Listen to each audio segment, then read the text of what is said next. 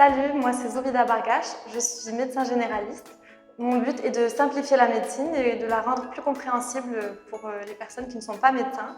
Et c'est ce qu'on va faire aujourd'hui sur l'AVC en collaboration avec SanTV. Un AVC ou accident vasculaire cérébral, c'est un problème de tuyauterie dans une ou plusieurs artères du cerveau.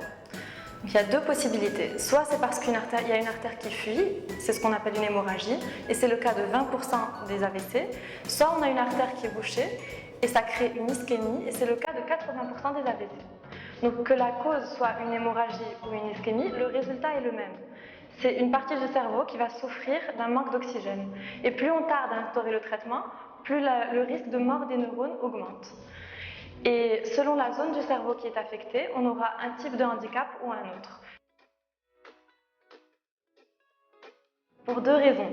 D'abord, parce que c'est très fréquent. On a un AVC toutes les 5 secondes dans le monde. Et puis deuxièmement, parce qu'on n'a que 4h30 pour agir, et passé les 4h30, le déficit risque de devenir définitif. Avec la kinésithérapie, ça peut s'améliorer un peu, mais c'est plus compliqué. C'est très important de vous souvenir des symptômes parce que de cette manière, vous allez pouvoir reconnaître un AVC et agir avant qu'il ne soit trop tard. Donc, il faut savoir qu'il y a plusieurs symptômes possibles, mais moi je vais vous citer seulement les 3 les plus importants et les plus fréquents. Donc, le premier, c'est une déformation de la bouche à droite ou à gauche. Le deuxième, c'est une faiblesse d'un côté du corps, donc soit les bras et jambes d'un côté, soit seulement une jambe. Et le troisième, c'est un trouble de la parole. La personne commence tout à coup à parler bizarrement ou n'arrive plus à trouver ses mots. Je récapitule.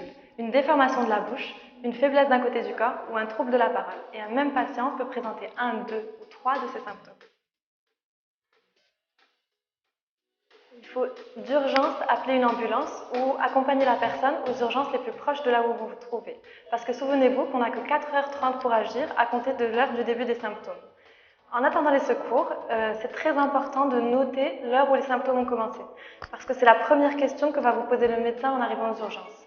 Souvenez-vous qu'on n'avait que 4h30 pour agir et qu'avant 4h30, on a un type de traitement et après 4h30, on a un type de traitement différent. Donc c'est très important de vous souvenir l'heure à laquelle les symptômes ont commencé. Un AIT ou accident ischémique transitoire, c'est exactement la même chose qu'un AVC, sauf que les symptômes disparaissent tout seuls, en général en moins d'1 heure.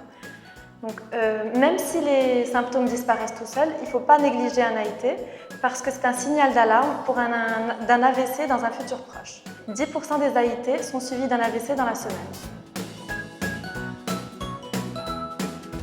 En contrôlant les facteurs de risque cardiovasculaire. Le facteur de risque le plus important, c'est le contrôle de la tension artérielle qui ne doit pas dépasser 140/90. La cigarette est aussi un facteur de risque. Arrêter de fumer divise par 2 vos chances d'avoir un AVC.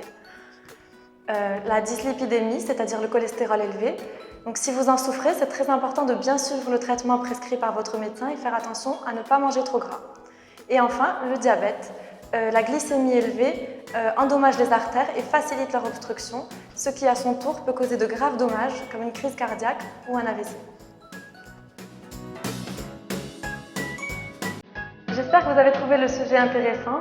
Si vous avez des questions sur l'AVC, vous pouvez me les poser soit sur le forum de SanTV, soit sur ma page Femme Dr Zou We Love. À bientôt.